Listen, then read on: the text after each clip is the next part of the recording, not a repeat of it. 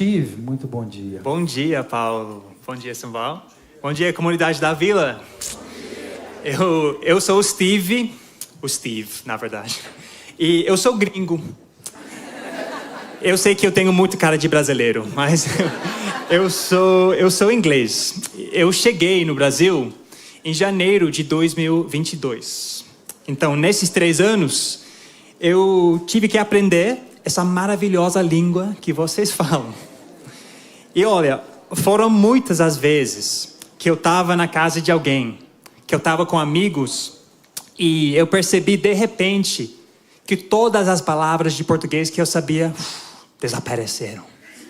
Eu nem conseguia conjugar os verbos. E eu aprendi um truque que eu vou compartilhar com vocês. Sei que alguns de vocês também querem aprender uma nova língua. É um truque bem legal. É o seguinte: memorizar uma pergunta muito boa. Por quê? Porque aí você faz a pergunta e fica ouvindo as respostas e fingindo que entendeu. Ah, interessante. É bom aprender essas frases também. Interessante. Uhum. E é isso. E eu trabalho aqui na Vila com os pré-adolescentes. E eu sempre trabalhei com adolescentes. É uma fase incrível da vida, né? Um pouco louca às vezes, mas com muita energia, muitas mudanças. Eu gosto muito de acompanhar os adolescentes nessa fase de vida. Mas eu também fico super curioso de saber como foi a adolescência das pessoas que eu conheci já mais velhas. Então, uma das minhas perguntas favoritas, em situações quando o meu português falha, eu já testei isso com o meu pequeno grupo e deu certo, foi uma conversa divertida para mim. A pergunta é essa: como você era na adolescência? O que te influenciava? O que você gostava de fazer? É uma pergunta um pouco arriscada, às vezes. Eu sei que quem fala aqui não pode contar somente as melhores histórias. Tem que passar vergonha. Então, falando de mim, eu era um adolescente quieto, falava pouco, mas eu tinha um amigo que ele tinha muitos amigos, ele era super descolado e tinha cabelos crespos, estilosos, icônicos. Eu pensei, beleza, eu vou achar o meu próprio estilo, eu vou ter muitos amigos. Só que a minha ideia de estilo foi simplesmente não cortar o cabelo. E o resultado, até trouxe uma foto para vocês. O resultado é um capacete. Aí eu acho que eu perdi amigos. Eu não ganhei amigos, não. Felizmente foi uma fase só. E então vocês, me salvem aqui. Como eram vocês na adolescência? O que te influenciava? O que você gostava de fazer, Simval? Bom, como era o seu cabelo? Meu cabelo... Meu cabelo era grande. Era grande. E de vez em quando, lá em casa, os meninos fazem uma brincadeira com o meu cabelo nessa época aí também. Porque de vez em quando as fotos aparecem e alguém lembra disso. Mas nesse momento, né, com 15, 16 anos, eu cresci em igreja, né, meu pai, pastor. E a gente tem um momento, na vida a gente costuma falar, né, tem uma expressão que a gente usa na igreja que é desviar. A palavra não é adequada, né, porque se você pega ao pé da letra, desvia como se você fosse por um caminho mais curto para chegar em um destino. E é um nome que a gente dá para aquela pessoa que não está mais convivendo na fé.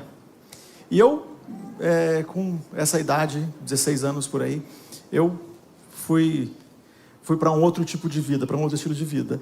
E um montão de coisa que eu trouxe para mim que não precisava, que foi bem ruim. Então, tem a ver com a dureza, com a firmeza, com o que meus pais achavam certo manter para a minha vida, né?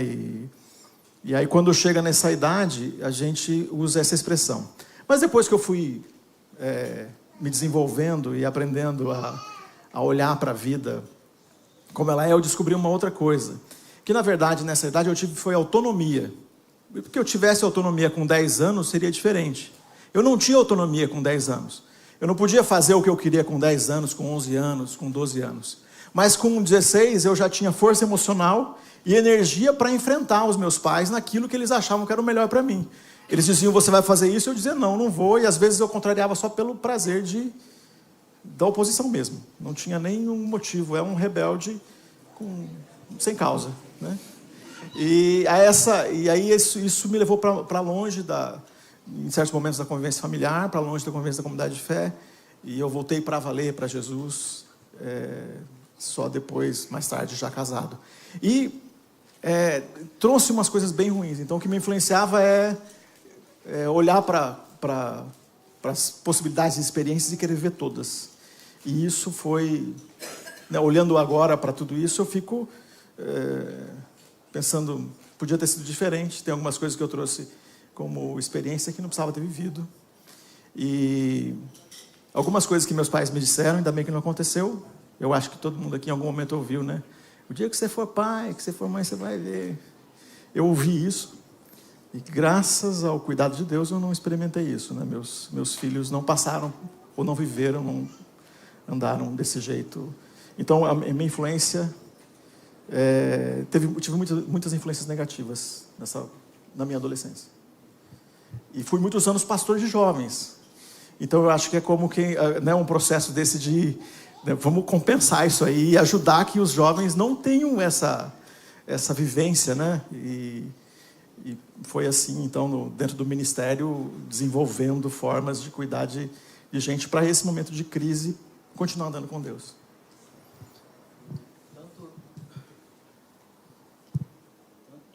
Tanto eu quanto o Simval, né, somos filhos de pastor, mas a minha experiência foi o oposto da do Simval. Eu não me desviei. E fico até pensando, poxa, perdi essa oportunidade, né? Agora, depois de velho, não faz sentido, né, se desviar. E nem novo, gente, é brincadeira. Os adolescentes aqui presentes... Mas eu tive a bênção de ter muito boas influências. Os meus pais foram excelente influência para mim. A minha avó foi uma super influência para mim. Orava muito por mim, a gente batia muito papo. E eu tive também alguns amigos na igreja que me influenciaram e que tocavam, que eram músicos e tal. Então eu dizia, poxa, eu quero tocar igual a eles, eu quero... ser igual a eles. Então, uma experiência, né, diferente da do Simval, e graças a Deus por essa riqueza de experiências que a gente tem quando a gente, né, se percebe comunidade, Igreja de Jesus, né, os testemunhos diversos. Legal. A adolescência é uma fase cheia de mudanças. E todos nós enfrentamos mudanças de vez em quando, de tempos em tempos. Pode ser de trabalho, de família, de relacionamentos, de saúde. Vocês podem até pensar nisso. Qual foi a última mudança significativa que aconteceu na sua vida? Eu sou de Londres, como eu já disse. E eu cheguei no Brasil, eu tive que reaprender tudo. Eu tive que reaprender a me vestir. Aqui eu tinha 2 bermudas horríveis e umas calças quentes. E não dava, eu tive que reaprender tudo. E às vezes, eu queria muito que alguém chegasse com toda a sabedoria de que eu precisava. Eu queria muito que alguém tomasse todas as decisões por mim. Eu queria que a Bíblia fosse um manual para a vida, com todas as respostas certinhas, com um índice, né? Que eu pudesse olhar Brasil, São Paulo, com as respostas. Mas a Bíblia não é isso. Na verdade, Deus nos oferece algo muito melhor do que isso. Algo que realmente nos ajuda a viver uma vida que sempre muda. O que é a sabedoria. a sabedoria. E hoje vamos ler um trecho que tem tudo a ver com isso. Ele vem de uma carta escrita para Timóteo, lá no 1º século. Timóteo era um jovem quando ele recebeu essa carta, entre 20 ou 30 anos, e ele tinha umas referências incríveis na vida dele. 2 mulheres maravilhosas, a avó e a mãe. Paulo menciona elas na segunda carta para o Timóteo e fala que elas tinham uma fé sincera. Então Timóteo, que nem o Paulo aqui, ele cresceu com a avó e a mãe como influências fortes na vida dele. E também ele foi mentoreado pelo Paulo, o apóstolo Paulo. Ele trabalhou junto com o Paulo durante alguns anos, aprendendo de perto como viver uma vida dedicada a Deus. Ou seja, Timóteo, ele tinha tudo para ser um exemplo de fé forte e consistente. Ele tinha tudo para ser uma pessoa decidida. Mas então veio o desafio. Timóteo foi enviado para Éfeso, uma cidade a 500 quilômetros de Listra, onde ele cresceu. E de repente ele estava longe da família. Ele estava longe do Paulo, que continuava viajando. E Éfeso não foi um lugar fácil. Era uma cidade grande, uma cidade cheia de novas ideias, filosofias, uma cidade cheia de desafios culturais. Um São Paulo, talvez. Timóteo precisava reaprender a viver, reaprender a lidar com tudo isso. E eu acho interessante, porque em algum momento na carta, Paulo escreve para Timóteo: escrevo estas coisas para que você saiba como as pessoas devem se comportar na casa de Deus. Eu fico pensando, mas Paulo, você nunca tinha contado isso para Timóteo antes? Todos esses anos de ensinamento, você nunca contou para ele como as pessoas devem se comportar? A avó nunca falou disso para ele? Claro que não. Mas Timóteo, ele estava em uma situação diferente. E ele precisava reaprender a lidar com os desafios, os problemas que ele enfrentava. E eu chutaria que tem pessoas aqui, hoje, que podem se identificar com isso. Talvez você tenha vindo de um lugar formativo, onde você tinha amigos, referências na vida. Mas agora, você está em um contexto novo. Talvez longe da família, longe dos amigos. E nesse lugar novo, com novos desafios, você está tentando descobrir como continuar vivendo uma vida de fé. E se esse é o seu caso, ou vai ser no futuro, então esse texto tem muito a ver com você. Então vamos ler. 1 Timóteo, capítulo 4, de versículo 6 até versículo 13. Simval, você pode ler para a gente, por favor? Se você transmitir essas instruções aos irmãos, será um bom ministro de Cristo Jesus, nutrido com as verdades da fé e da boa doutrina que tem seguido. Rejeite, porém, as fábulas profanas e tolas, e exercite-se na piedade. O exercício físico é de pouco proveito. A piedade, porém, para tudo é proveitosa, porque tem promessa da vida presente e da futura. Essa é uma afirmação fiel e digna de plena aceitação.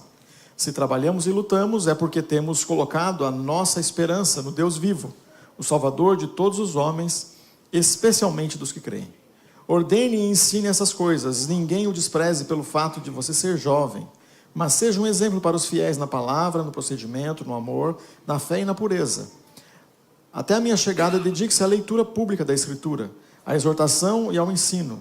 Não negligencie o dom que lhe foi dado por mensagem profética com imposição de mãos dos presbíteros. Seja diligente nessas coisas, dedique-se inteiramente a elas, para que todos vejam o seu progresso.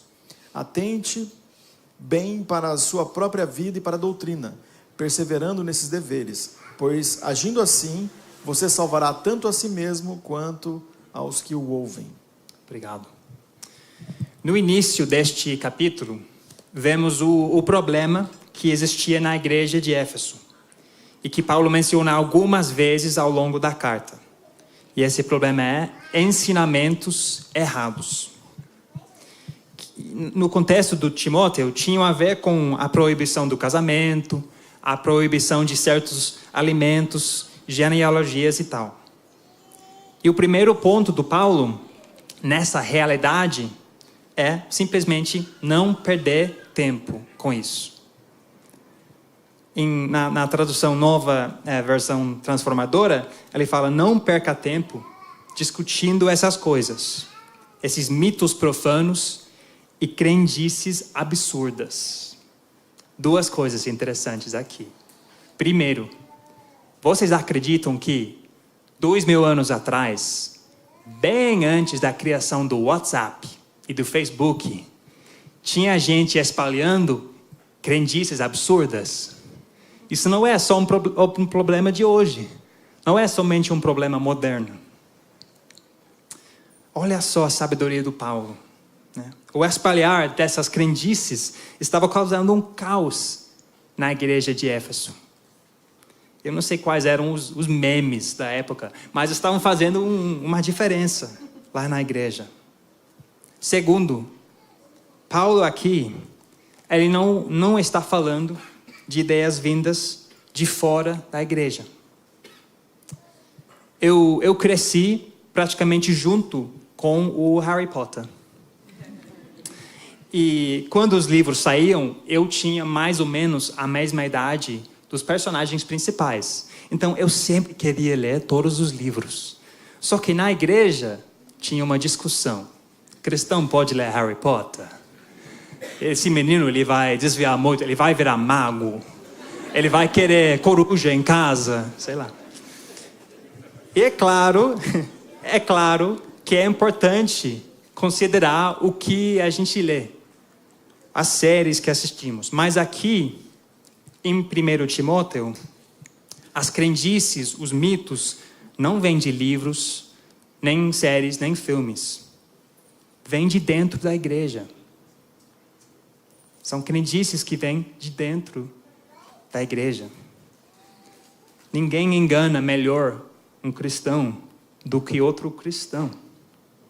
Nada engana melhor um cristão do que um versículo bíblico mal interpretado. Não foi isso que aconteceu nas tentações de Cristo? Quer dizer, ele não foi enganado, mas o inimigo tentou. Então temos a pergunta: se Paulo estivesse escrevendo esta carta hoje para a comunidade da vila, quais seriam as crendices absurdas que ele mencionaria? Quais seriam? Ao longo da nossa vida, especialmente na infância e na adolescência, estamos sempre olhando para as pessoas, ouvindo o que elas dizem e formando nossas ideias sobre Deus. E pegamos muita coisa boa, espero, mas junto com algumas ideias sutilmente erradas. E os momentos de perceber são momentos muito legais, momentos liberadores e às vezes não confortáveis também. Eu acho muito especial quando eu vejo isso acontecendo com os adolescentes. Aquele, nossa, eu nunca tinha pensado nisso. Eu lembro que o ano passado, a gente foi no acampamento em janeiro, a gente vai daqui a pouco, orem por mim. E uma noite depois da pregação, um dos meninos veio para mim e falou, acho que a pregação foi sobre pecado. Ele falou, Steve, eu nunca tinha ouvido nada sobre pecado. Que legal, que interessante, mudou a minha visão, nananã. Fiquei um pouco ofendido. Eu acho que a gente falou sobre isso, sim. Mas que legal que você teve esse momento de perceber uma crendice, sei lá, que você acreditava e agora de perceber a verdade. Então, queria perguntar para vocês, já tiveram que repensar uma crença que tinha sobre Deus e que acabou sendo um mito, uma crendice? Como foi isso para vocês? Já tive, não foi uma, né? Algumas, né? A gente vai nesse processo entendendo na teologia, a gente fala que a revelação é progressiva, e também é progressiva na nossa experiência, né? A gente, quando Paulo fala que a gente era menino, né? Quando eu era menino, pensava como menino, então tem um processo de maturidade na nossa jornada espiritual. E o que eu falei agora há pouco, no final, aponta para essa, né? Para essa figura que no primeiro culto eu estava falando, e eu acordei para isso, como está presente. Eu falei, ainda bem que nós não estamos numa relação onde aquilo que meu pai e minha mãe falaram para mim não aconteceu. Quando você for pai, você vai viver isso. Mas isso é fruto de uma relação que a gente tem, onde a gente fez algumas coisas que não devia ter feito em algum momento da vida. Pode ter sido ontem à noite, pode ter sido o ano passado, pode ter sido na sua adolescência. E você, sabendo, né, que existe um Deus de graça, você sabe porque você ouviu uma mensagem, porque você leu sobre isso. Mas na prática, quando as coisas começam a dar errado, você fala, estou sendo castigado. É castigo. É porque o ano passado teve relatório das finanças agora, é porque o ano passado eu não dei o dízimo e agora eu estou desempregado. E aí você começa a fazer essa associação de causa e efeito, e você entra num looping onde você fica, e não são poucas vezes que nós recebemos as pessoas aqui para ajudar elas a saírem desse, que é uma cadeia que a gente, é uma gaiola que nós mesmos construímos para nós. E a religião trabalha demais nisso. Então, um processo grande de lidar com isso, num primeiro momento na minha vida, lidar com isso como alguma coisa que eu fui aprendendo, mas mais tarde, então um curso de teologia e várias conversas com os colegas para lidar com isso. Mas é um processo que está natural na gente, da gente lidar sempre com causa e efeito, porque eu fiz, eu não fiz e eu recebo. E conhecer e experimentar um Deus de graça que me ama e que lida com os meus pecados, a partir de Jesus Cristo, que eu tenho perdão dos pecados. Então eu estou sempre sendo tentado a fazer, a insistir numa manutenção de fé, num processo mais, olha como eu estou com Jesus, mais íntimo, mais forte, e Deus vai me dar mais. Eu estou sempre nessa lógica de causa e efeito, e vivendo isso, né? Que foi plantado em um momento na minha vida onde eu estava aberto para essa verdade, e eu preciso de forma consciente em alguns momentos falar, espera aí, ainda que eu sinta isso, ainda que a cultura cristã seja essa, isso não é uma verdade bíblica. Então é um processo que a gente lida a vida toda com isso. Eu sigo nessa linha aí, Simvaldo, que você falou. Eu creio que nós levamos alguns aspectos das nossas interações com limitações, com traumas que vivemos, para a nossa relação com Deus. Então, por exemplo, Luísa está ali, nós estamos há 13 anos, né, casados. Eu sei que teve alguns momentos, ou vários, em que ela quis me matar. Falou assim, Luísa me ama menos depois dessa bobagem que eu fiz. E às vezes a gente leva isso para a nossa relação com Deus. Não, depois disso que eu fiz, o amor de Deus por mim diminuiu. Ele não deve estar muito interessado na minha vida mais, porque eu vacilei demais. Então a gente leva isso para a nossa relação com Deus, se esquecendo da graça, do Deus perdoador, do Deus que ama, do Deus das segundas chances, do Deus das novas oportunidades. Então isso constantemente, é um mito na minha vida que eu constantemente preciso, né, destruir, desconstruir, lembrando, não, meu Deus é o Deus que olha para mim todo dia de manhã, porque as misericórdias dele se renovam, diz, Paulo, hoje eu vou te dar uma outra chance. Hoje você tem outra chance, dádiva, para fazer diferente, para se parecer mais com Jesus. Legal. Então tem essa realidade das crendices e dos mitos que às vezes acreditamos. Mas qual é a alternativa? O que a gente pode fazer? Vamos ver o que Paulo escreveu para o Timóteo em versículos 7 e 8 deste capítulo 4. Ele escreveu: rejeite, porém, as fábulas profanas e tolas, e exercite-se na piedade. O exercício físico é de pouco proveito. A piedade, porém, para tudo é proveitosa, porque tem promessa da vida presente e da futura. Aqui, Paulo utiliza a metáfora do exercício físico para falar sobre a piedade, ou a devoção.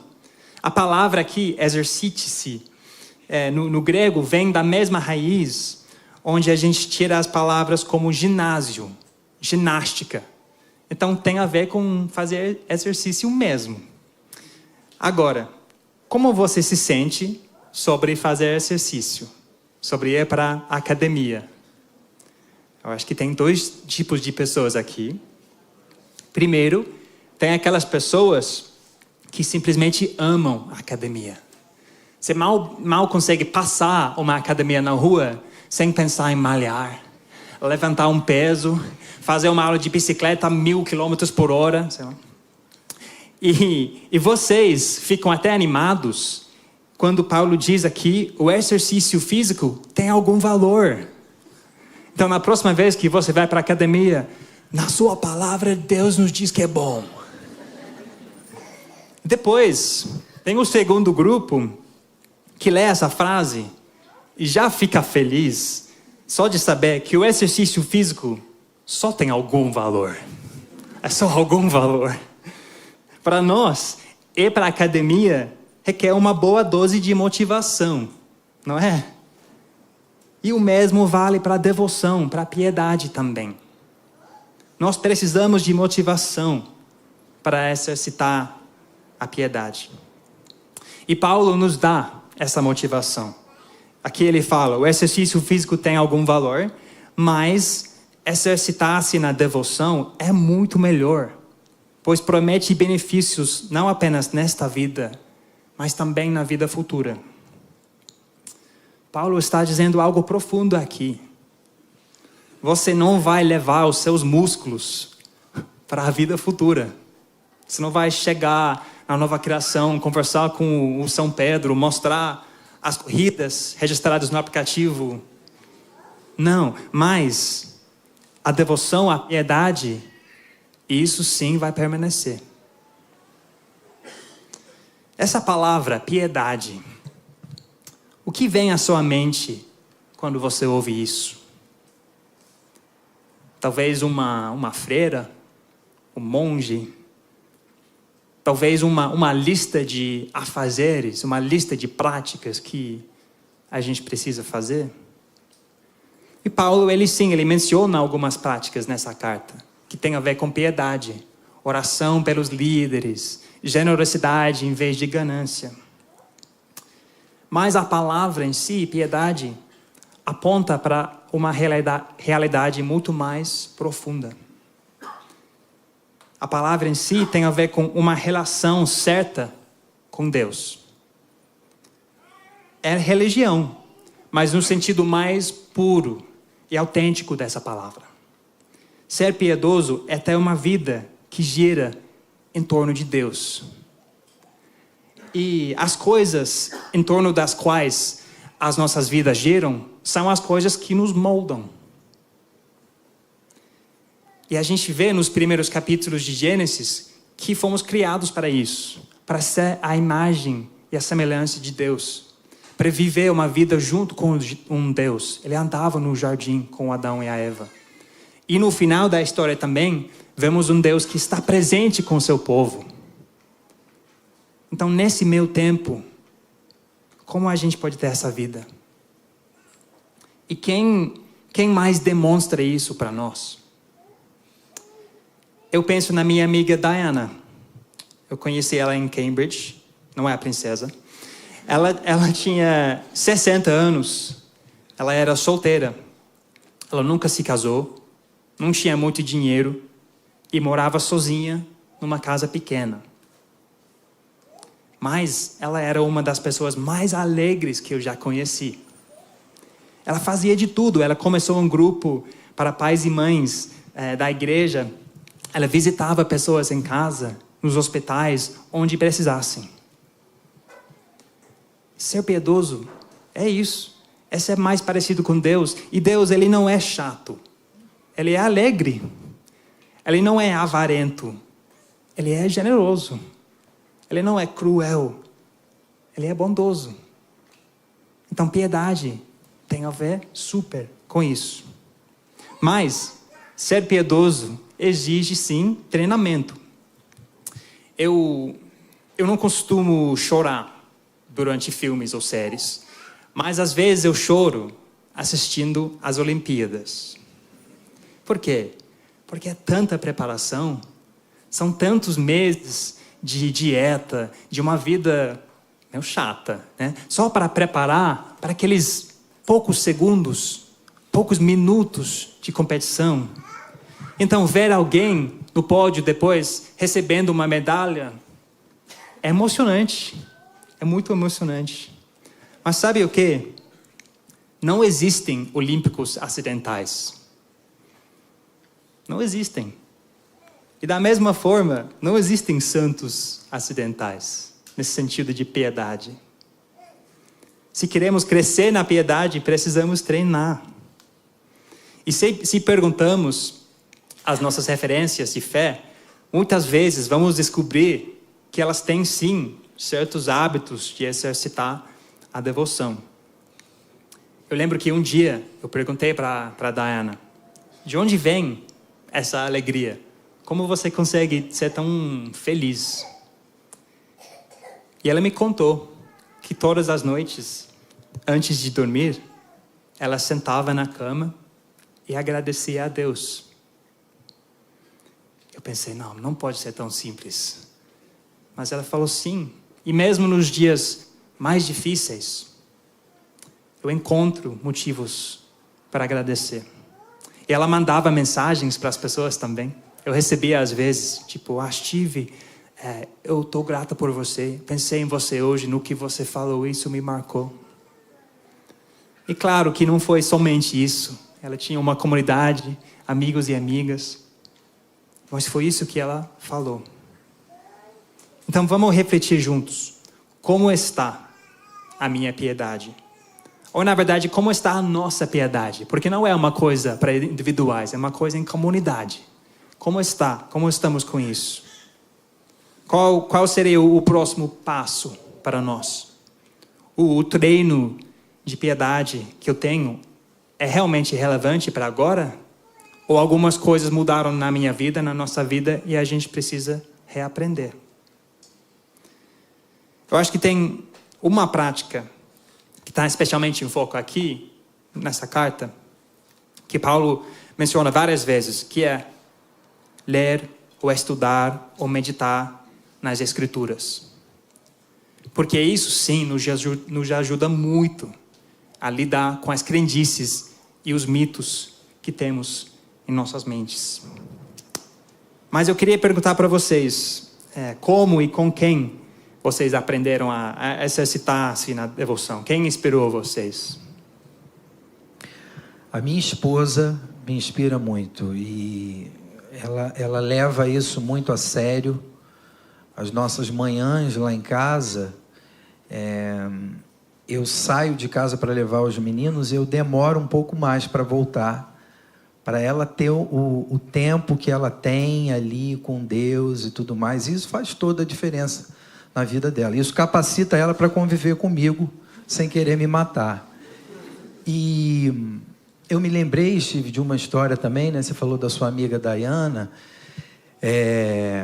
Eu tive um avô, não biológico, mas alguém que foi uma referência muito grande para mim, e eu já contei essa história aqui, né, de piedade da parte dele. Ele morava numa casa que tinha um terreno e ao lado dele uma outra casa, uma outra família que não gostava deles, da família dele, por algum motivo, e essa família começou a jogar o lixo, já contei isso aqui, por cima do muro, na casa dele, no terreno dele. Então ele chegava de manhã, estava cheio de lixo o terreno dele, e ele descobriu que era a vizinha que estava jogando.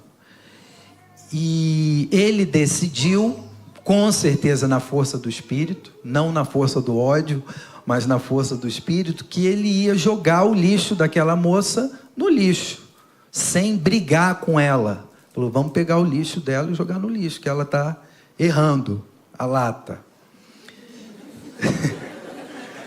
É piedade, isso é piedade. E um dia, no lixo que ela jogou, veio uma manga. E eles cataram o lixo dela mais uma vez, jogaram no lixo, mas deixaram aquela manga ali. Aquela manga germinou ali, floresceu, virou uma mangueira, que próxima do muro se estendeu para o lado da pessoa que jogava o lixo.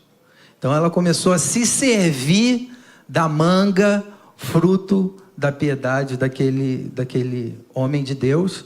E o testemunho é que essa família vizinha se converteu a partir do testemunho do pastor Antônio Elias, que foi esse meu avô. E ao longo da minha infância, adolescência, eu tomei sorvete de manga, o melhor que tem de todos os tempos, de mangas dessa mangueira, fruto da piedade. Então, os frutos, às vezes, eles são tangíveis, eles têm gosto, eles fazem sorvete, porque é assim, o convite, né, Steve, de Deus para nós é esse, exercitar algo que não é algo chato, é algo que frutifica na vida, em verdade, em beleza, em sabor, em bom testemunho, né?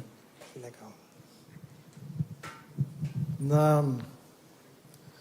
Quando você falou da sua amiga, né, de 60 anos, eu vim morar em São Paulo com 11 anos, mas antes disso, lá no Paraná, meu pai era pastor de uma igreja e uma das senhoras que eram da igreja, o nome dela era Rita, a avó Rita. E primeira vez que eu menciono ela, mas é das pessoas que eu me lembro sobre alguém muito responsável com um compromisso de oração e de entrega pelo cuidado de outras pessoas. E ela morava a poucos metros de um hospital, e as pessoas saíam do trabalho no hospital e passavam lá para tomar um café com ela e falar: vó, você precisa visitar fulano em tal quarto, em tal apartamento, que está passando por isso. Já conversei com o médico, já conversei com a pessoa lá que você pode entrar em tal momento para você ir lá e orar por ela. E eu saí dessa cidade, meu pai deixou de ser pastor dessa igreja quando eu tinha 8 anos de idade. Mas a relação de amizade continuou por muito tempo, e sempre a gente recebia alguém de lá, ou encontrava alguém, e sempre as pessoas falavam daquela cidade ou daquela igreja, e sempre chegava numa história da avó Rita, de uma mulher piedosa que orava pelos outros, que fosse hoje ela teria um trabalho como, né, a capelania hospitalar daquele lugar, mas é uma mulher piedosa, com muitas histórias de milagre, com muitas histórias de salvação, com muitas histórias que, imagina, né, com 8 anos me faziam parar para ouvir ali, antes de correr pela casa dela, ouvir um pouco do que ela tinha para contar e fazer essa conexão, né? A Rita era uma mulher que viveu, ela era cigana e aceitou Jesus na metade da vida dela. Os filhos todos aceitaram também, e tem filhos pastores e netos, e enfim, tem muita história aí, mas essa é uma história de um tipo de piedade que, para nós, né, pensando em igreja da década de 80, a gente está falando de que piedade era ir na igreja todos os cultos que tivesse, ler a Bíblia o máximo que você pudesse, né, 1 ou 2 vezes por ano, e você fazer vigília, né, fazer a virada, o culto da virada, né, se fizesse culto, não fizesse culto da virada, o ano ia ser uma droga. E aí você, né, ficava nessas lógicas, meio que essa crendice que a gente está vendo aqui. Então a gente fugia da crendice popular da cultura, mas entrava numa crendice crente. E ela tinha um tipo de piedade que a gente admira hoje. Mas era impressionante as histórias do que Deus fazia através dessa senhora. falamos aqui de pessoas adultos, né? Mas eu quero falar para você que é adolescente, ou que é jovem, ou que se considera jovem, que aqui Paulo escreve para o Timóteo: ninguém o despreze pelo fato de você ser jovem, mas seja um exemplo. Então o momento para isso não é só quando você tiver 60 anos, é agora. É agora. O momento de entrar nesse processo que traz benefícios hoje e para o futuro é agora. Não perca essa oportunidade de viver essa vida. Então falamos da realidade dos mitos e crendices. Falamos da alternativa de exercitar-se na devoção. E para finalizar, qual é o segredo disso? Qual é o segredo dessas pessoas que mencionamos aqui? Como você terminaria essa frase? O segredo da piedade é o quê? É domínio próprio? Faz sentido, né? Porque é sobre disciplina em alguma parte, mas falhamos o tempo todo. Não pode ser sobre o nosso domínio próprio. O segredo da piedade é comunidade? Melhorou a resposta. Amigos nos ajudam muito, a gente falou disso. Mas às vezes os nossos amigos também não sabem, não conseguem seguir. Tem comunidades nesse mundo que tem muita devoção para a coisa errada. Qual é então o segredo? Paulo escreveu exatamente sobre isso para o Timóteo. Em 1 Timóteo capítulo 3, versículo 16. Ele escreveu: não há dúvida de que é grande o mistério da piedade. E o que é? Aquele que foi manifestado em corpo. A gente já acabou de comemorar isso no Natal. Aquele que foi justificado no Espírito, que morreu e ressuscitou, né? Aquele que foi visto pelos anjos, pregado entre as nações, crido no mundo. Essa não é uma mensagem nova, é para toda a geração. É aquele que foi recebido na glória. O segredo da devoção é focar muito menos em mim. Focar menos em mim. E mais em Jesus. Provavelmente tem pessoas aqui, eu me incluo nesse grupo, que pensam: Steve, eu não consigo fazer tudo isso. Eu já tentei, mas a vida é difícil, eu não tenho muito tempo, eu já falhei tantas vezes. Eu passei anos achando que eu precisava ler a Bíblia 15 minutos por dia, só porque isso me foi ensinado quando eu era criança. Mas eu fazia isso independentemente de entender ou de ser tocado pelo que lia. No início, eu me sentia forte quando conseguia manter a rotina. E me sentia horrível quando não conseguia. E com o tempo, isso virou uma prática vazia na minha vida. Porque era sobre mim. Era sobre mim. Mas a piedade não é uma prova que você precisa passar. Não é um jogo que você pode ganhar ou perder. A nossa piedade é mais tipo uma conversa que Deus já iniciou. Algo que acontece junto com a igreja e junto com Deus. É uma resposta ao amor de Deus e à vida eterna que Ele já nos deu por meio de Cristo. Ele já mostrou a devoção dele para nós. E a nossa devoção, a nossa piedade é a resposta disso. E esse então é o nosso sonho para os adolescentes e para todos nós. Que daqui a 5 anos, daqui a 10 anos, daqui a 20 anos, quando os adolescentes têm 30 e pouco, imagina. Independentemente das muitas mudanças que talvez venham em nossas vidas. Que estejamos em uma comunidade de cristã, seguindo o caminho de Jesus Cristo. E que em qualquer contexto cultural estejamos integrados à pessoa de Jesus Cristo, com referências e sendo uma referência de piedade. Vamos orar. Deus Pai, obrigado, porque o Senhor já começou esse movimento em nós. Por meio da morte e da ressurreição de Jesus, e a dádiva do Espírito Santo.